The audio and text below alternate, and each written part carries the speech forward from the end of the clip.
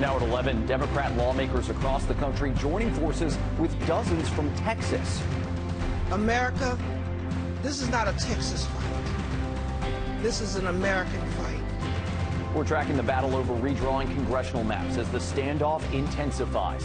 And a North Texas city expected to enter a new partnership with ICE, the concern already stirring for some residents. Plus, Dallas ISD zeroing in on absenteeism, the district's bold strategy aimed at keeping kids in class. You're watching NBC5 News at 11. We begin today with breaking news this midday. The death of a prominent North Texan, Morton Meyerson, who made his name in business and became a philanthropist, died this morning. This is a picture from our partners at the Dallas Morning News. Among his accomplishments, Meyerson led the effort to build the Dallas Symphony Hall that was later named after him. He was a close business ally of H. Ross Perot, serving as chief tech officer at Electronic Data Systems. Mort Meyerson died of complications after spending several years battling prostate cancer. He was 87. Now to our other top story this morning. We're hearing more from Texas House Democrats who are still spread out in Chicago, Boston, and New York. You'll remember they fled Texas during the special session to postpone the redistricting vote. Political analysts say the future of Congress hangs in the balance as Democrat-led states now consider changes to their congressional maps in retaliation against Texas. Our Larry Collins was listening in to the most recent Democrat press briefing. Joining us live, Larry. Yeah, good morning. This is the second day in a row that Texas Democrat House members have woke up somewhere not in the state of Texas. Democrats say they're trying to protect voices of minority voters in 5 Democrat-led districts that would be redrawn and flipped to the GOP, several of those here in North Texas. They call what's happening a power grab to ensure Republicans keep control of the U.S. House in midterm elections. From Chicago, they once again addressed Texas and the nation this morning. DNC Chair Ken Martin and a host of Illinois Democrats stood with those Texas Democrats. The Texas lawmakers say they're prepared to stay away from Texas to protect the nation. Saying and warning us that they're going to arrest us or make us pay fines. I'll pay that price for America. And I think everyone behind me would say they would do the same.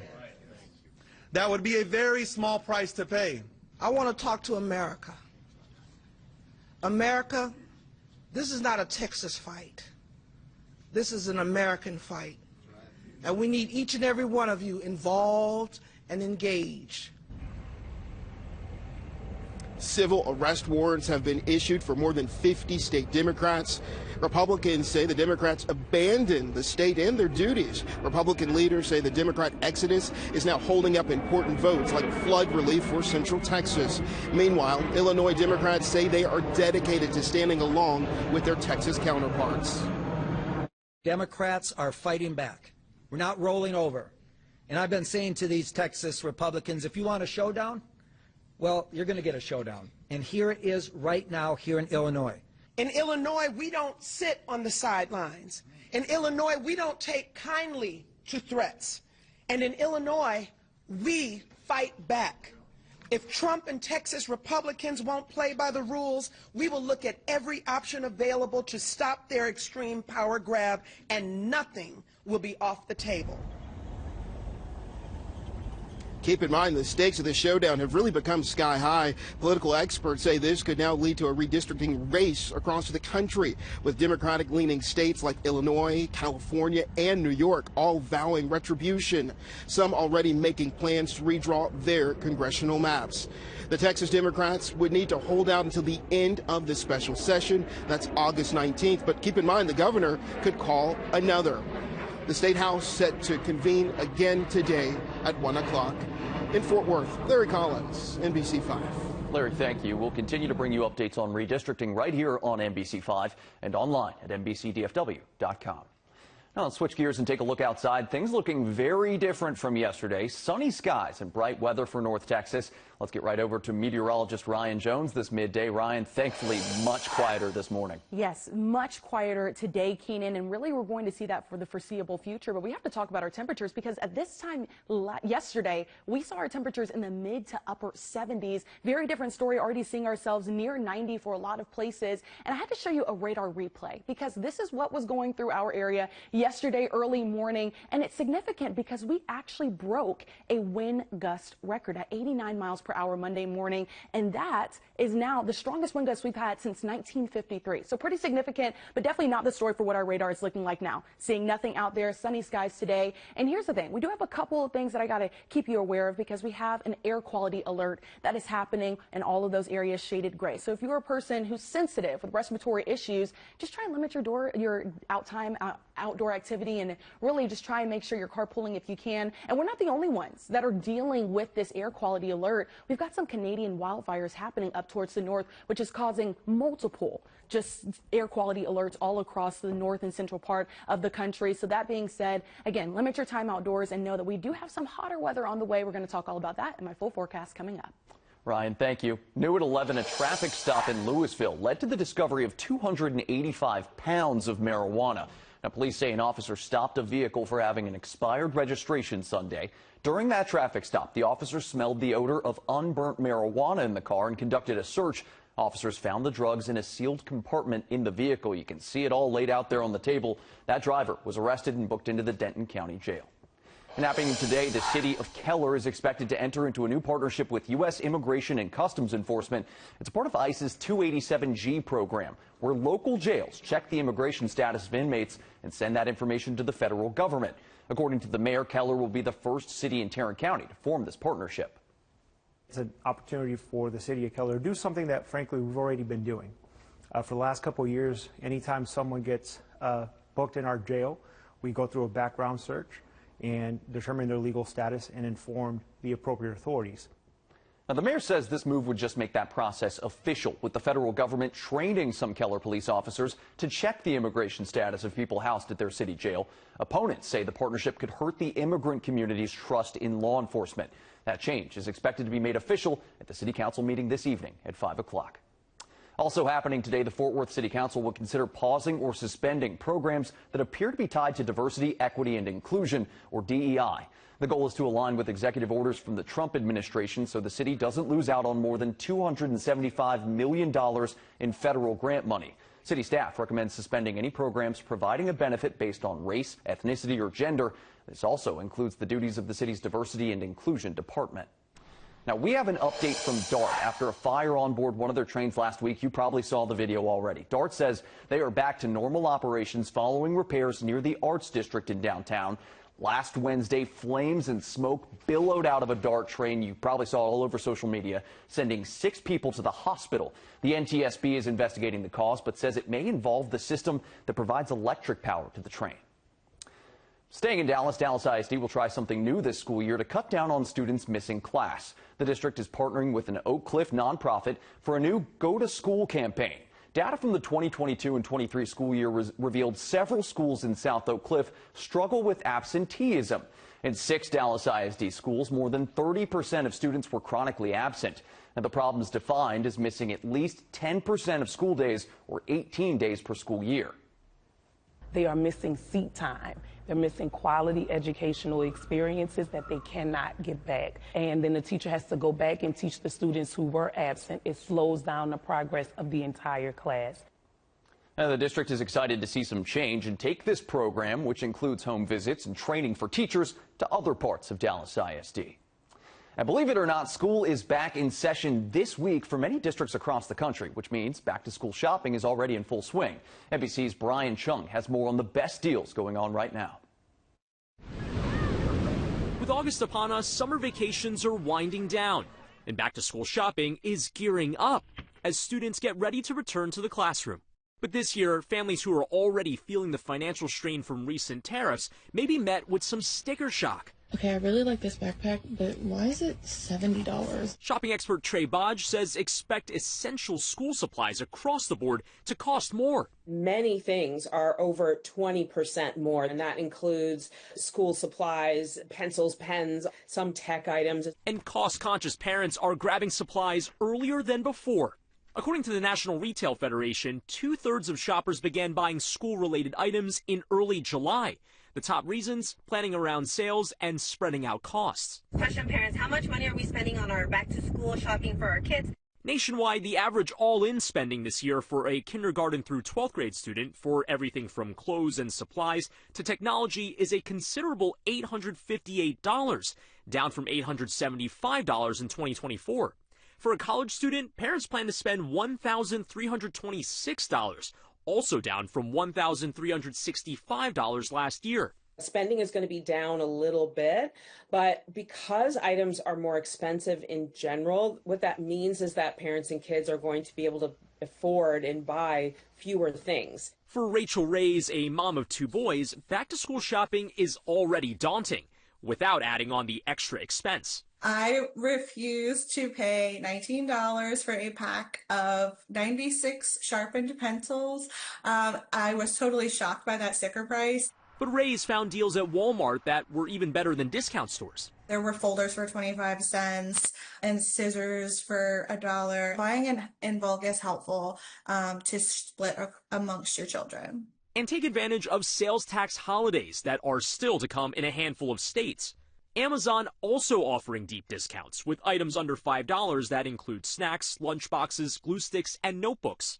Office supply chains like Staples and Office Max both offering school essentials starting at 25 cents. And remember, you can always buy more school supplies in the fall. Hold some of your budget until after school starts. Brian Chung, NBC News. That was Brian Chung reporting. For families looking to save a little money across North Texas, the back-to-school sales tax holiday is this weekend. We have more information on our website, NBCDFW.com. And when we come back, copper thefts are on the rise in DFW. What AT&T is doing to stop that problem. And a young musician breaking barriers one note at a time. The prestigious award a novice is bringing home to North Texas. A new report from the U.S. Coast Guard says the 2023 implosion of the Titan submersible was preventable. Officials released their findings in a 300-page report after a 2-year investigation. They say there were multiple contributing factors that led to the death of 5 people on board. This includes OceanGate's continued use of the Titan after a series of incidents and the company's failure to conduct detailed investigations after mishaps. The submersible imploded off the coast of Newfoundland, setting off a frantic search. There have since been several lawsuits and calls for tighter regulations. And Dallas-based AT&T is showing off what it's doing to stop the growing problem of copper theft in Dallas-Fort Worth. The company released surveillance video of suspects cutting copper communication lines and announced a $10,000 reward for information leading to prosecution. We're out here, we're trying to prevent it, and then when the incident happens, we're restoring it as quickly as we can. AT&T has a hotline where people can report a copper theft. That's the number that's going to be there on your screen. The company said in DFW alone, AT&T has now spent more than $1 million to repair sites of copper thefts. Today, the Dallas Cowboys will have joint practice with the Los Angeles Rams ahead of their upcoming preseason game on Saturday. New head coach Brian Schottenheimer says he wants to see his team be physical. Execution, physicality, kind of our identity. I want to see us, play smart, play physical, play with the effort that is expected, and then there's going to be mistakes, but I'd love to see some young guys really take some big steps up, and I'm excited to go against a different colored jersey one, but some different scheme. It's fun to have to change gears. Our sports team has complete coverage from Cowboys-Rams practice in Oxnard, California. You can see that tonight on NBC5. A young Dallas ISD musician is making history at his high school. He's been recognized as one of the best musicians in the state, an honor few guitarists receive. Our Noel Walker has that story.